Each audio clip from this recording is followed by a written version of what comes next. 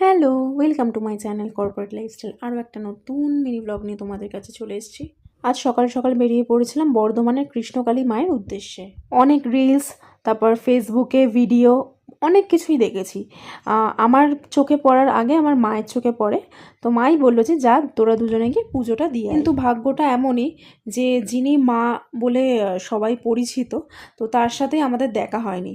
আমি আশেপাশে যখন জিজ্ঞেস করলাম, ওনারা বলেন যে জাস্ট সদ্য মা 5 মিনিট আগেই বেরিয়েছে। ঠিক আছে, আবার কথা দিয়ে আসলাম যে আবার খুব তাড়াতাড়ি তোমার কাছে আসবো, এই বলে পুজো দিয়ে বেরিয়ে পড়লাম। আর প্রচণ্ড গরম ছিল, বেরিয়ে এই সমস্ত একটু লস্যি খেলাম। মানে যত রাজ্যের খাবারের মধ্যে যদি যেটা খুব খারাপ থাকে সেটাই আমরা খাই। সরি, আমরা বলতে আমার চয়েস থাকে।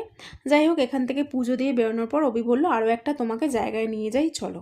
প্রথমে তো একটু এক্সাইটেড ছিলাম, কারণ বর্ধমানে স্পেশাল কী কী জায়গা আছে সেটা তো আমার জানা ছিল না। তো আমরা চলে এসেছি 108 শিব মন্দিরে। এখানে কিন্তু 108টাই শিব মন্দির আছে, বিশ্বাস করুন।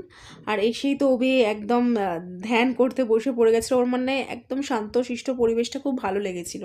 কিন্তু ভালো লাগা বেশিক্ষণের জন্য থাকেনি, ঝমঝমিয়ে বৃষ্টি রীতিমতো।